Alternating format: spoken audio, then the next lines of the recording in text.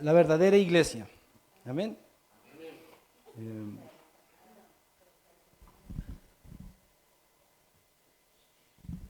Y de este tema tengo que hablar también de qué es lo que es la verdadera iglesia, lo que es la iglesia visible y la iglesia invisible. Y voy a tener que tocar temas que tienen que ver con la iglesia católica. Entonces, para ver este tema, vamos a leer el siguiente versículo, que está en Mateo 16, 18. Y dice: y yo también te digo que tú eres Pedro, y sobre esta roca edificaré mi iglesia, y las puertas del Hades no prevalecerán contra ella. Amén. Entonces,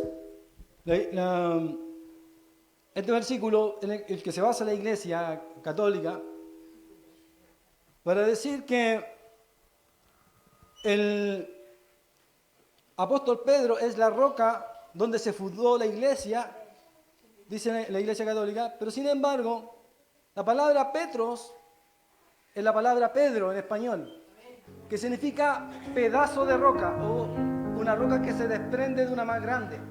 Amén. Y la palabra sobre esta roca, la palabra roca es Petra, que significa masa de roca, peña, piedra, roca. Las dos palabras significan roca, nuevamente que una es Petros, que significa pequeña roca o roca más pequeña, y la otra, Petra, significa masa de piedra. Entonces el Señor Jesús le dice, y sobre esta roca, no refiriéndose a Pedro, como el magisterio católico interpreta, sino refiriéndose a Jesucristo, que es la roca. Sobre esta roca edificaré mi iglesia. ¿Y por qué le dice sobre esta roca? ¿Qué significaba la roca? Porque le dice el Señor Jesucristo, vosotros, ¿quién pensáis que soy yo? ¿O qué dicen de mí? ¿Quién soy?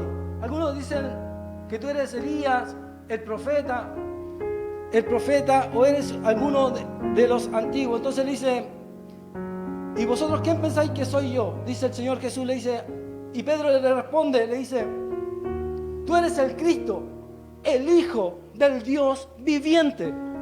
Entonces le dice, y tú eres Pedro, le dice el Señor Jesús, y sobre esta roca, ¿cuál roca? Que Jesús es el Hijo del Dios viviente. ¿Usted sabe cuál es la doctrina fundamental del cristianismo? Es la que le venía hablando en otras predicaciones. ¿Por qué los judíos no creen en Jesús? Porque Jesús es el Hijo del Dios viviente, es el Hijo real de Dios. Entonces, sobre esta roca es donde se funda el Evangelio, la iglesia de Cristo, de creer que Jesús es Dios, es el Hijo de Dios. No es solamente un Mesías cualquiera como vinieron en el pasado, porque Mesías eran los ungidos, como se ungían los profetas y se ungían los reyes, sino que Jesús es el Mesías. Y ese Mesías es Cristo. Esa es la roca donde se funda la iglesia. Y no es Pedro. Aunque Pedro es importante para la iglesia, no es donde se funda la iglesia, en Pedro. Porque también dice la Escritura en otra parte, en 1 Corintios 10:4, y todos bebieron de la misma bebida espiritual, porque bebían de la roca, Petra, espiritual que les seguía, y la roca era Cristo. ¿Quién es la roca? Cristo, no Pedro, Cristo. Entonces hay una mala interpretación de ese versículo. ¿Por qué? Lo vamos a hablar, pero la roca pequeña es una piedra. La palabra Petros, que el nombre Pedro, significa piedra removible. Es pescar una piedra y tomarla, la remuevo. Pero la palabra Petra, que es masa de roca o peña, es una roca inmovible, porque es tan grande que ustedes no la pueden mover, empujar, tomar. Por eso es el fundamento, la roca que es Cristo. Cristo es la roca inamovible, donde nadie puede mover. Entonces Jesús le está diciendo a Pedro, tú eres una piedra movible, yo soy la roca que nadie puede mover.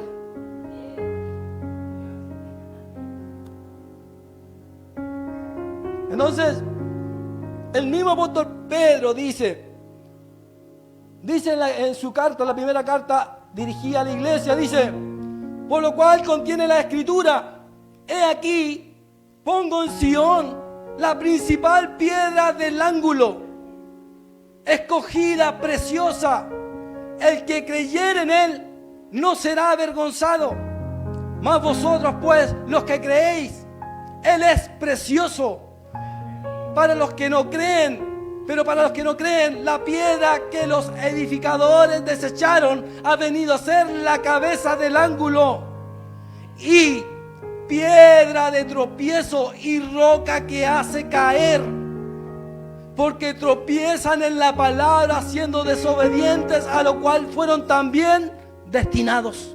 Y la palabra piedra acá es la palabra litsos, que significa piedra de molino. Y la piedra de molino es una piedra que se utiliza para moler alimentos, para moler cosas. Y lo que la palabra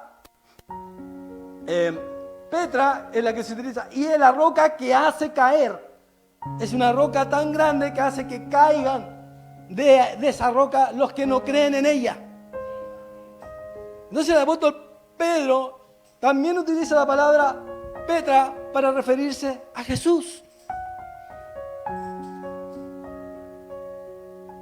Y esta roca representa también esa roca que golpeó Moisés donde salió el agua.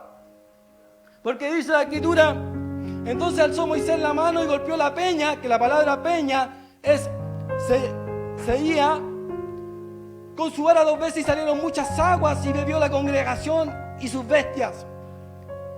Entonces el Salmo 114:8 dice, ¿cuál cambió la peña en estanque de agua y en fuente de agua de la roca? Entonces el agua, la roca también, donde se golpea, es la roca que fluye agua. El milagro que hizo Moisés en el desierto es simbolismo también de Cristo, que al golpear sale agua. Y esa agua es el Espíritu Santo que todos recibimos y bebimos de ese Espíritu Santo que nos salva.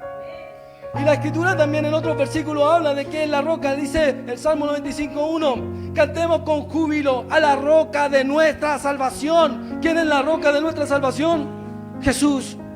El Salmo 89:26 dice, Él me clamará, mi Padre eres tú, mi Dios, y la roca de mi salvación. Mas Jehová me ha sido por refugio y mi Dios por roca de mi confianza. La roca es Cristo. Esa es la verdadera interpretación, no hay otra doble. Ahora, el catolicismo también se basa en este otro versículo para hablar de que ellos son la iglesia verdadera y nosotros los evangélicos somos una iglesia apartada de la verdad, una iglesia falsa. Que necesitamos volver a la iglesia católica. Entonces utilizan este versículo para que, si tardo, sepas cómo debes conducirte a la casa de Dios, que es la iglesia del Dios viviente, columna y baluarte de la verdad. Entonces, al unir el versículo de que Pedro es la roca y unirlo con la iglesia que es columna y baluarte de la verdad, están hablando la iglesia católica que ellos son la iglesia fundada por Cristo, porque dice, y las puertas del Hades no prevalecerán contra ella. Entonces está diciendo que esa iglesia nunca iba a ser destruida. Entonces la iglesia visible es aquella institución que nació con los apóstoles hasta el día de hoy. Y en parte es cierto, pero en otra parte es falso. Y lo vamos a ver. ¿Por qué? Porque la iglesia, que es columna y baluarte de la verdad, se refiere a qué verdad, a la verdad que creen hombres o verdad que tiene Dios. La verdad de Dios. Y vamos a ver quién tiene más verdad de Dios y quién no. La iglesia evangélica no son fundadas desde el origen del cristianismo. La iglesia evangélica, que se denomina protestantes o reformadas, son iglesias que surgieron de la iglesia católica romana. Surgieron de ahí. Entonces viene el catolicismo y dice, ustedes no fueron fundadas del comienzo por los apóstoles, porque nosotros fuimos fundados por Pablo y Pedro que estuvieron en Roma. y por a través de la sucesión apostólica del obispo Lino hacia adelante, nosotros seguimos históricamente hasta la actualidad. Y citan el versículo, y las puertas del Hades no prevalecerán contra ella, y la iglesia es columna y baluarte de la verdad. Por lo tanto, nosotros somos la iglesia verdadera. Ustedes son iglesias falsas porque salieron de nosotros, pero ustedes no vienen desde el principio. Y nosotros tenemos que dar una respuesta a eso. ¿Y cuál es la respuesta? Que la iglesia es una iglesia invisible que surge de una iglesia visible.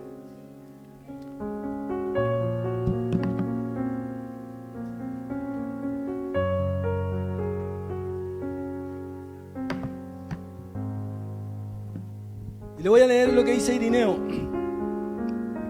Dice Irineo: es necesario obedecer a los presbíteros que están en la iglesia, los que tienen la sucesión de los apóstoles, los que junto con la sucesión de episcopados han recibido el carisma, es decir, la gracia infalible de la verdad según la voluntad del Padre. Es decir, es importante para Irineo esa sucesión apostólica que hay que obedecer. ¿Por qué? Porque han recibido de Dios ese regalo, el regalo de ser obispos por sucesión de los apóstoles. Ya, eso yo lo creo. A ver, lo creemos. La Iglesia Católica toma esto de Irineo y dice: ok, viste, Irineo nos respalda a nosotros, venimos de esa iglesia con sucesión apostólica. Pero hay otras iglesias que surgen sin sucesión apostólica, que son igual de válidas. Dice un versículo acá en Lucas 9:49. Entonces, respondiendo Juan, dijo: Maestro, hemos visto a unos que echaban fuera demonios en tu nombre y se lo prohibimos porque nos siguen con nosotros. Entonces Jesús les dijo: no se lo prohibáis, porque el que no es contra nosotros, por nosotros es. Es decir, Jesús vino, le dijo el apóstol Juan: Señor, Señor, vimos que unos que ni siquiera eran seguidores de nosotros, de ti, Señor, están hablando y echando fuera demonios en tu nombre. Entonces, dice, nosotros fuimos y se los prohibimos. Entonces el Señor le dice: no se los prohibáis, porque el que no es contra nosotros, por nosotros es. ¿Qué estaba diciendo? ¿Por qué podían echar demonios fuera si Dios no lo hubiese permitido?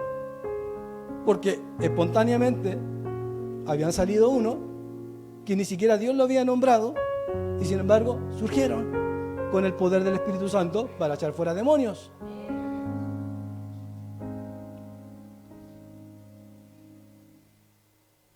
Entonces, también hay una historia en Hechos de los Apóstoles. Dice: llegó entonces en Éfeso un judío llamado Apolos. Apolos, ¿se acuerda? Si lo conoció, escuchado alguna vez. Apolos era un cristiano que se había convertido por escuchar el Evangelio y se había puesto predicador. O sea, se puso a predicar solo. Entonces dijo: natural de Alejandría, varón elocuente, poderoso en la Escritura. Este había sido instruido en el camino del Señor, siendo el espíritu fervoroso. Hablaba y enseñaba diligentemente lo concerniente al Señor, aunque solamente conocía el bautismo de Juan. Es decir, no conocía a los apóstoles en su doctrina de la iglesia y del bautismo en el nombre de Jesucristo. Solamente conocía algunos matices y predicaba. Y comenzó a hablar con denuedo en la sinagoga, pero cuando lo oyeron Priscila y Aquila, lo tomaron aparte y le pusieron más exactamente el camino de Dios. Amén. Entonces, surgían predicadores, y en la antigüedad también surgían predicadores, apóstoles, predicadores que eran maestros, pastores, etc. Ahora, Irineo también dice esto. Él dice: es válido que haya sucesión apostólica, es válido, y de la sucesión apostólica está la iglesia de Dios. Pero dice: donde quiera que se manifieste la iglesia, es decir, donde esté la iglesia, allí está el Espíritu de Dios, y donde está el Espíritu de Dios, allí está la iglesia y toda gracia. Es decir, donde hay una iglesia que hable de Dios, está Dios, porque está su Espíritu. Ahora, también dice Clemente de Alejandría: La verdadera iglesia es aquella que, por gracia de Dios, guarda el conocimiento perfecto de la fe y la doctrina transmitida por los apóstoles. ¿Cuál es la verdadera iglesia? Es aquella que guarda fidedignamente la doctrina de los apóstoles. Entonces, en el segundo siglo, en el tercero, en el cuarto, hasta el siglo de hoy, hasta hoy día, ha existido una iglesia que ha creído en la doctrina apostólica y hay una iglesia que ha extrapolado o ha sacado doctrinas nuevas que no están en la fe apostólica. La tradición apostólica no es más ni menos que la misma tradición oral y escrita que habló el apóstol Pablo, que es el evangelio de la fe. Y dice, si aún uno de nosotros o un ángel del cielo os predicase un evangelio diferente al que os hemos anunciado, sea llamado anatema. Por lo tanto, el evangelio no depende de la sucesión apostólica. Depende si esa sucesión apostólica sigue teniendo, custodiando, guardando la fe, el fundamento de la verdad.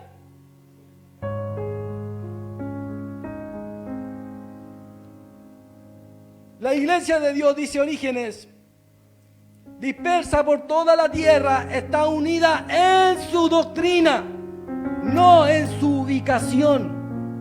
Es decir, la iglesia es la que cree una sola cosa, que es no es más ni menos que lo que enseñaron los apóstoles. No por decir yo tengo este origen, estoy aquí, sino porque soy de la doctrina de Dios, la doctrina de los apóstoles. Esa es la verdadera iglesia. La iglesia, dice Eusebio, dice la línea de sucesión de los obispos testifica a la enseñanza apostólica. Dice, la línea de sucesión de los obispos testifica, es decir, me da testimonio de la enseñanza apostólica. Sin embargo, la fe compartida en la doctrina de Cristo es fundamento sobre el cual se edifica la iglesia. Es decir, la iglesia no puede hablar una cosa diferente a lo que enseñaron los apóstoles, porque ahí es donde se construye, edifica. ¿Qué significa edifica? Yo construyo en la enseñanza de los apóstoles.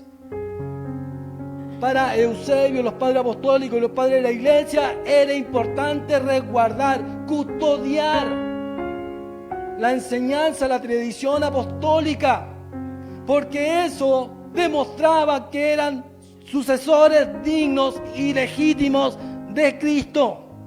Si no enseñaban esa sucesión, si no enseñaban esa doctrina apostólica, su sucesión no era digna. Su sucesión no era legítima, aunque viniesen del origen de los apóstoles y de Cristo.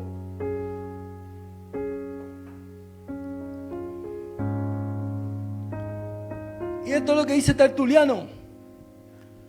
Aquellas iglesias que, aunque no puedan mostrar esta continuidad personal con los apóstoles, ya que no tienen ningún apóstol ni varón apostólico como su fundador, siendo mucho más recientes y que de hecho son fundadas a diario, o sea, todos los días aparecen nuevas iglesias, no por eso son menos consideradas apostólicas, mientras conspiren en la misma fe. Es decir, si aparece una iglesia y esa iglesia habla lo mismo que hablan los apóstoles, y aunque no puedan demostrar y su fundador no haya sido un apóstol, pero si guardan la misma fe de los apóstoles, esa fe, esa iglesia es de Dios. Esto lo dicen los padres de la iglesia. Los padres de la iglesia, a nosotros como cristianos, nos favorece escucharlos y leerlos. No a la iglesia católica. La iglesia católica se apropió de los padres apostólicos y los padres de la iglesia y dicen, ellos nos respaldan a nosotros. Pero si yo leo a los padres apostólicos y los padres de la iglesia, ellos respaldan a nosotros, a los cristianos. evangélicos que nos acercamos a la doctrina apostólica. Ahora, ¿todos los evangélicos creen en doctrina apostólica? Claro que no. Las doctrinas apostólicas son las que enseñaron los apóstoles en la Biblia y no son aquellos pastores ni apóstoles que dicen que tienen nueva revelación, que los apóstoles les faltó el conocimiento, tenían un conocimiento incompleto, Dios les reveló ahora, actualmente hay una nueva revelación. Esos no son los que realmente creen en los apóstoles, porque lo que predicaban, lo que enseñaban los padres apostólicos, los padres de la iglesia enseñaban que los apóstoles tenían el conocimiento completo, acabado, veraz, real. No hubo una parte que faltó, que ahora viene un apóstol y dice, la parte que le faltó la tengo yo. Por eso me tienen que seguir a mí. Viene un pastor y se levanta y dice, la parte que faltó la tengo yo. Y aparecen miles de iglesias. Y donde también el catolicismo está y dice la parte que los apóstoles no hablaron, se llama tradición oral que la iglesia resguarda. No está en la Biblia, no están los primeros cristianos, ni tampoco en el segundo siglo, ni el tercero, pero nosotros tenemos una transmisión oral que no fue escrita por nadie, pero nosotros la resguardamos. Eso se llama añadirla a la Escritura. Tanto católicos como evangélicos, neopentecostales que se basan en nuevas experiencias de la fe, como se llama la superfe, la declaración, decretar, que yo decreto sanidad y Dios tiene que actuar, yo decreto que tiene que prosperar, mi Dios me tiene que prosperar. Cuando yo saco las doctrinas que no están en la Biblia, les invento o digo que Dios me mostró, pero no están fundamentadas en la Escritura, eso es no creer en la tradición apostólica. Porque el mismo apóstol Pablo dice, si viniese un ángel del cielo o uno de nosotros. O sea, si digo, yo dije, en el primer siglo las cosas son así. Ese es el evangelio de Cristo, la salvación, creer solamente en Él. La regula fide, que es la creencia de los padres de la iglesia, los padres apostólicos, que decía lo que se ha creído en todo tiempo y en todas partes, es decir, lo que siempre se creyó, que Jesús es el Salvador. La iglesia católica añadió dos cosas, que sin el Papa usted no es salvo y sin venerar a la Virgen María tampoco es salvo. Por lo tanto, si usted no venera a la Virgen María, no se puede salvar aunque venera a Cristo. Y si usted no le da hiperdulia a María, que significa una veneración especial, usted, aunque crea que Cristo murió por sus pecados, se haya bautizado, pero usted no es salvo para la iglesia católica porque no venera a la Virgen María. Y si usted no se sujeta al Papa, porque sin la sujeción al Papa usted está sin cabeza, visible en este mundo, y por lo tanto ha caído de la gracia de Dios para la iglesia católica. ¿Qué dice la Escritura? Porque en ninguno otro hay salvación, porque no hay otro nombre bajo el cielo dado a los hombres en que podamos ser salvos. Él es el intercesor, porque el único intercesor entre Dios y los hombres, ¿quién es? Jesucristo hombre, no hay un intercesor humano, el intercesor es Cristo mismo. La regula fide dice que Cristo solamente es nuestro Salvador, el que nos proporciona la gracia y el que nos da salvación. No hay nada soteriológicamente que nos añada a la salvación. Lo que hizo la Iglesia Católica fue añadirle a la salvación, como por ejemplo indulgencia, como por ejemplo otras creencias. Pero así también iglesias evangélicas han añadido a la regula fide, es decir, a los que ellos no conozcan qué es lo que es la regula fide. La regula fide habla que la regulación de la fe, que Cristo solamente salva y a través de los únicos sacramentos, que es creer en Jesús, arrepentirse, bautizarse y confesar al Señor Jesús como Dios y Salvador. Entonces, eso es la regula fide, pero los evangélicos uno le han añadido algunas obras, como así las procesiones, los católicos, como también las mandas, como también la veneración a los santos muertos, como también la doctrina del purgatorio, como así otras creencias que en la Escritura no se pueden encontrar, como la asunción de María, como que los santos no se escuchan, Porque yo si oro a Dios, que Jesús, yo le oro a Jesús a través del Espíritu Santo, como Jesús es Dios y tiene la misma naturaleza del Espíritu Santo y están unidos, el Padre, el Hijo y el Espíritu Santo. Cuando yo oro a través del Espíritu Santo, Él me oye y Jesús escucha, porque Él tiene una comunicación inmediata con el Espíritu Santo, porque son de un solo ser, una sola naturaleza. Pero cuando yo le oro a un ser muerto, que es un santo muerto, una persona que murió, ya sea la Virgen María o cualquier Judas Tadeo o cualquier otro santo, ellos ¿qué capacidad tienen de escucharme para interceder por nosotros ante el Padre si el único intercesor entre Dios y los hombres es Jesucristo hombre? ¿Por qué le tengo que orar a un santo muerto para que interceda si el único intercesor es Jesús? Y esto no es atacar una religión ni atacar a una institución, es atacar a algo que no cree lo que la Biblia enseña. Así como podemos atacar a los testigos de Jehová, a los adventistas, a los judaizantes o a cualquiera unicitario o trinitario que aparezca creyendo cosas diferentes a lo que enseñaron los padres apostólicos, los padres de la iglesia y los mismos apóstoles en la Escritura. Porque tenemos que volver al principio. Eso es lo que volvió a la Reforma, volver al principio. Así que queda resuelto el problema de la sucesión apostólica.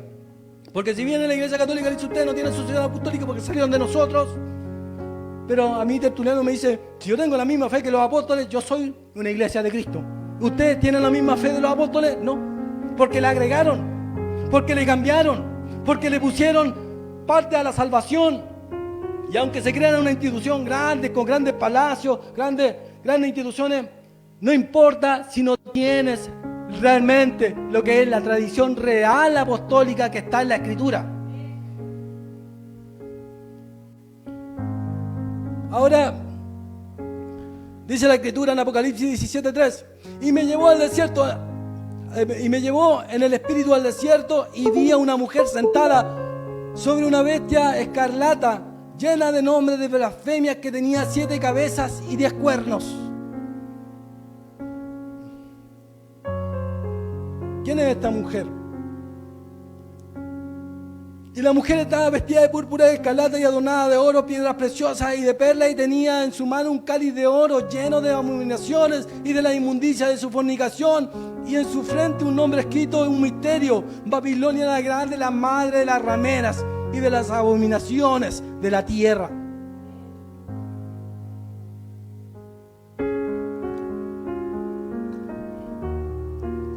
El misterio de quién es esta mujer, adivinen, la Biblia lo dice, pero hay que deducirlo, porque no lo dice literalmente.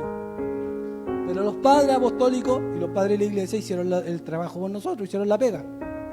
Por lo tanto, vamos a leer lo que dicen para ellos quién es esa mujer. Porque aparecen pastores evangélicos, aparecen los católicos, y dicen que esta mujer es Jerusalén. En la ciudad de Jerusalén es Israel.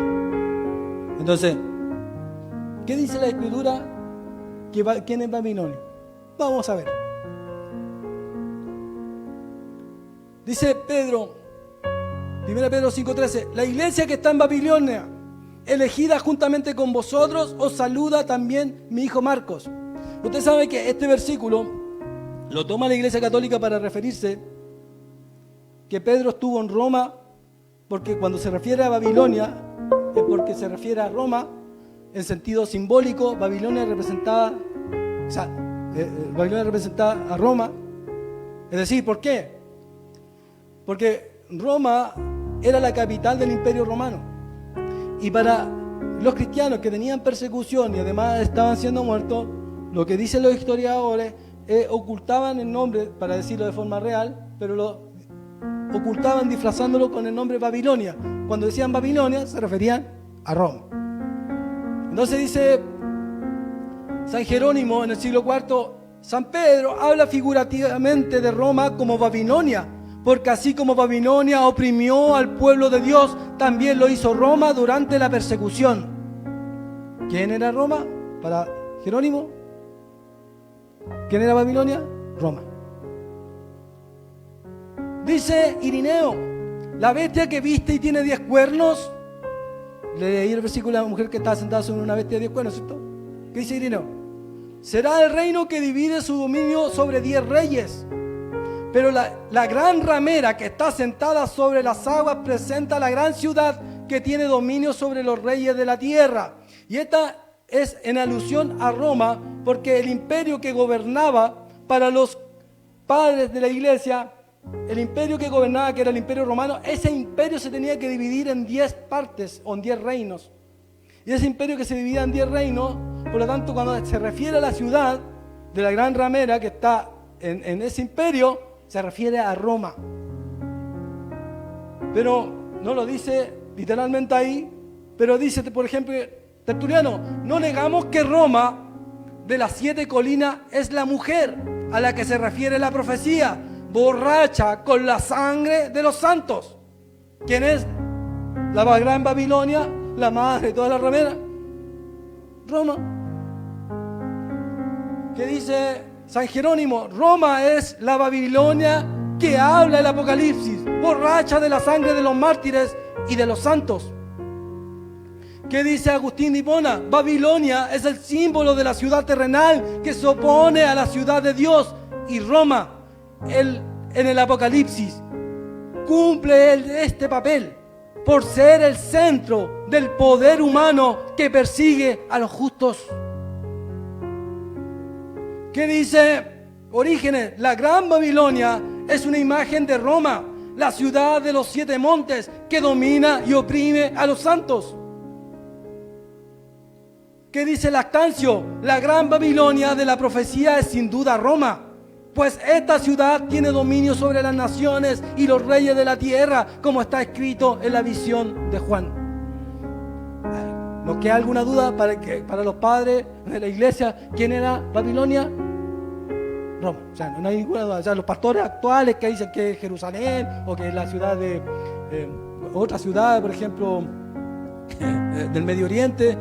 Otros dicen que Estados Unidos, Washington, no sé, y ahí aparecen todo esto que no saben entender. Si yo leo a los padres apostólicos me hacen la pega. ¿Por qué? Porque no tengo que estar inventando tonteras. Porque voy, los leo y digo, ¿quién es Roma? ¿Quién es Babilonia? Roma. Ok. ¿Para qué me ponga? Se ponen a buscar teorías conspirativas, ¿no? Y que parecen que... No, hay que leerlo. Busque el libro, lo lee y le dice ahí, claro, ¿quién es? Roma, nada más. Ahora, ¿qué dice la Escritura?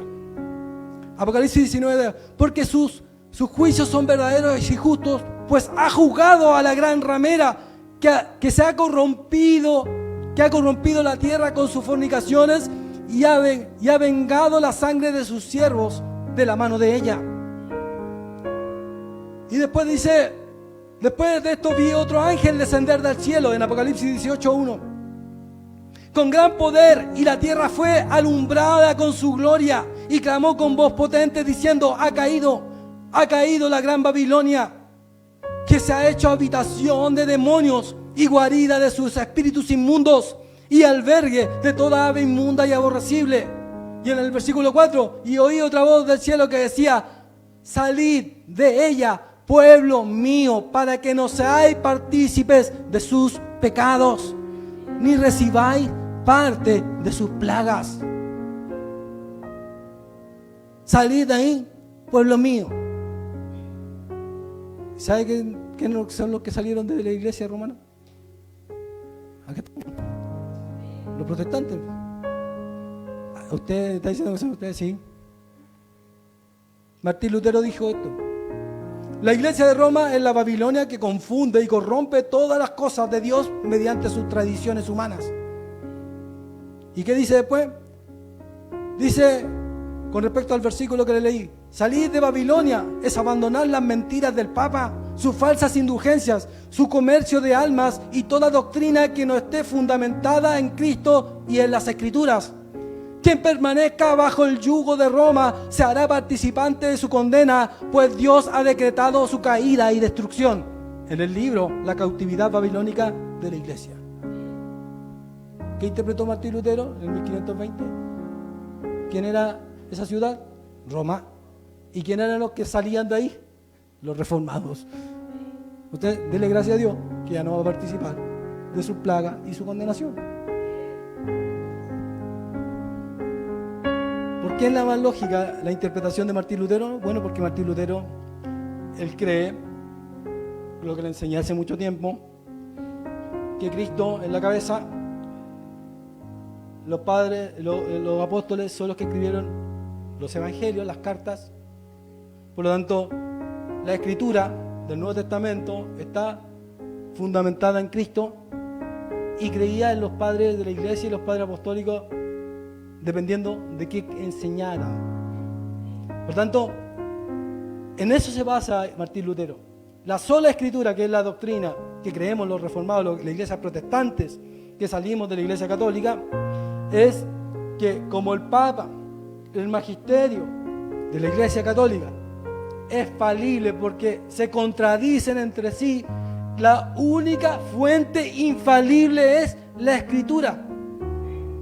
Por lo tanto, lo que cree la iglesia reformada, que somos los protestantes y las iglesias pentecostales, es que solamente en la Biblia está la única fuente infalible, inequívoca, donde usted puede leer y no hay error, porque fue inspirada por Dios, porque es edificada sobre el fundamento de apóstoles y profetas, siendo la principal piedra del ángulo Jesucristo mismo.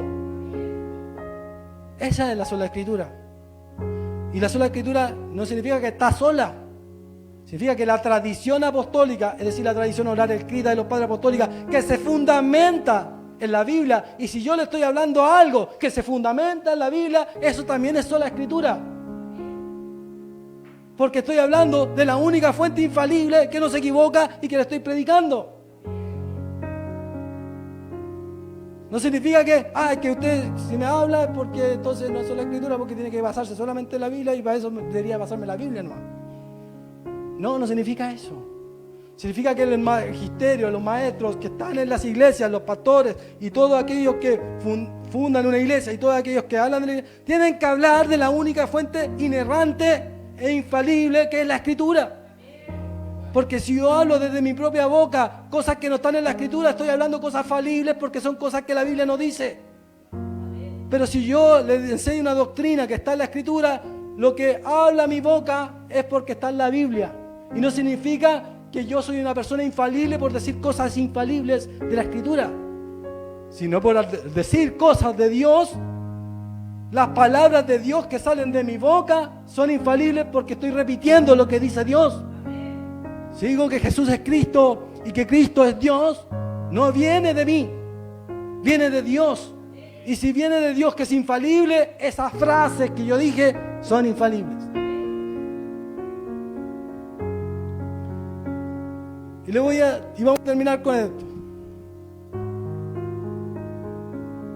El Señor le dijo esto a la gente que le oía, a la gente que se reunía con él y le escuchaba. Le dijeron: ¿por qué me llamáis Señor, Señor, y no hacéis lo que yo os digo? Todo aquel que viene a mí y oye mis palabras y las hace, os indicaré a quién es semejante.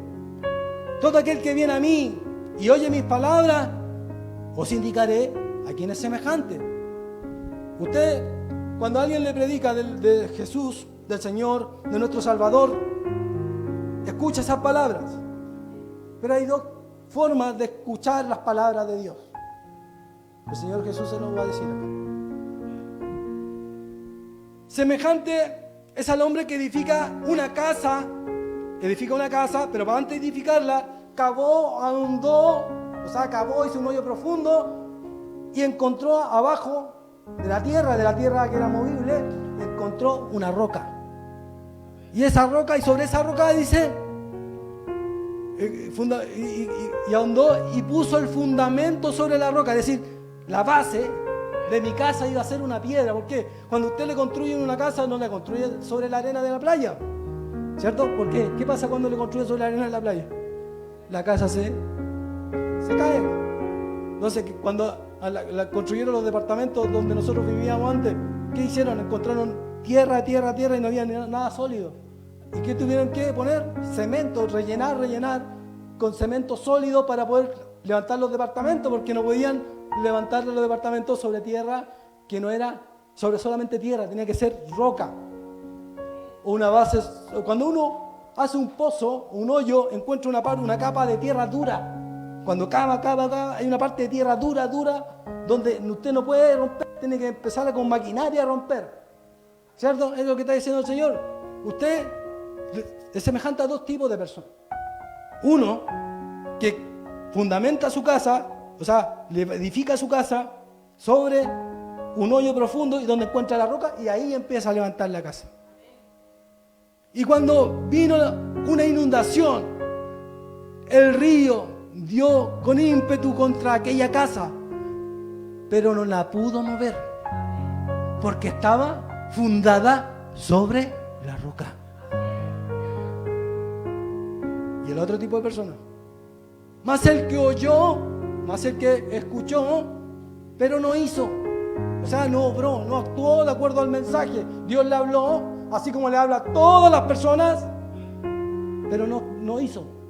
Lo importante no es solamente escuchar, sino hacer.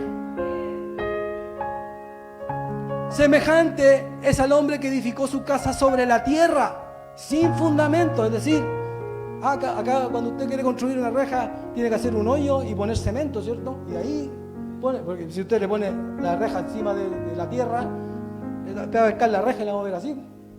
Va a venir los que hacen portonazos y dice, miren, nos dejaron una reja lista para saquear aquí, ¿cierto? Los que hacen los turbazos. Entonces, el hombre edificó su casa sobre la tierra sin fundamento, contra la cual el río dio con ímpetu y luego cayó, y fue grande la ruina de aquella casa. Cuando le digo edificados sobre el fundamento de apóstoles y profetas, siendo la principal piedra, que es Petra. La palabra Petra significa peña, roca gigante que yo no puedo empujar, no puedo mover, porque es abismal, descomunal su tamaño. Entonces lo que está diciendo, cuando edificamos sobre lo que la Escritura nos enseña, nosotros no vamos a ser removidos, porque estamos sobre una base sólida, que es inamovible, que es Cristo. Pero todo el resto que no cree en Cristo, aunque lo haya escuchado, pero no cree ni le sigue, está fundamentado sobre la tierra. Y el agua representa el juicio. La inundación representa el juicio. Cuando venga el juicio de Dios, usted, como está fundamentado sobre la tierra, no le va a pasar nada. No, a su cuerpo puede pasarle algo, pero a su alma y a su espíritu va a permanecer para siempre con Cristo. Porque Dios nos promete que en este mundo no nos vamos a morir. Lo que nos promete es que aunque muramos en este mundo, en Cristo somos salvos. Por eso es importante seguir la tradición apostólica, que es la verdadera tradición de Dios y no tradiciones de hombres. Y aunque me llame iglesia católica o me llame iglesia evangélica, pero no hablo lo que habla la Escritura, no sigo la tradición apostólica. Y aunque se levanten y tengan millones de personas y tengan cientos de personas, dice la Escritura, manada pequeña, no le dice manada grande. Muchos son los llamados, pocos los escogidos. Por lo tanto, los escogidos no son donde están llenos de gente. Los escogidos están donde es poco, porque son pocos los escogidos. Así que usted siéntase en gracia con Dios y agradecido de Dios, porque no tenemos una iglesia que se inventa vueltas carneros, que se da bailes de breakdance, que se ponen a hacer música electrónica e inventan doctrina, y que yo soy el apóstol que salvo, bautícese en mi nombre, yo soy el profeta del último tiempo, somos los últimos 12 apóstoles, nosotros venimos, somos los 2 testigos. No, yo no soy nadie especial, Jonathan no es nadie especial, aquí no hay nadie especial. El único especial es Jesús, y al único que tienen que seguir es a Jesús. Y si lo que nosotros podamos hablar, pero si está sustentado por la Escritura y en Jesús, eso es verdad. usted siga las palabras que vienen de la Escritura que reproducimos nosotros, no los hombres. Los hombres somos falibles, pero Dios es infalible. Podemos ser una representación de Dios en el sentido de que predicamos su palabra, pero el día que yo le predico una cosa diferente, como dice el apóstol Pablo, soy maldito para Dios, porque eso significa anatema. Por eso nosotros nos preocupamos de que lo que les enseñamos esté fundamentado y sustentado por la Escritura. Pertenecemos a una iglesia invisible. Esa iglesia invisible es visible para Dios, porque solamente Dios conoce quién es su iglesia, es decir, las personas que la componen. Las personas que la componen no son de instituciones, son parte de algunas instituciones. No todos los que están dentro de una iglesia son salvos, son aquellos que siguen a Cristo fielmente, de acuerdo a lo que el Señor enseña a través de su palabra. Los salvos son aquellos que Él escogió antes de la fundación del mundo, porque lo que antes conoció, a estos también predestinó. Y a nosotros Dios nos ha dado el Evangelio, no para que nos perdamos. Si usted ha conocido a Jesús y el Evangelio del Señor, es porque tiene la oportunidad de ser salvo ahora mismo, de seguirle a Él y seguir su camino. Amén. Y le damos gloria a Dios por eso.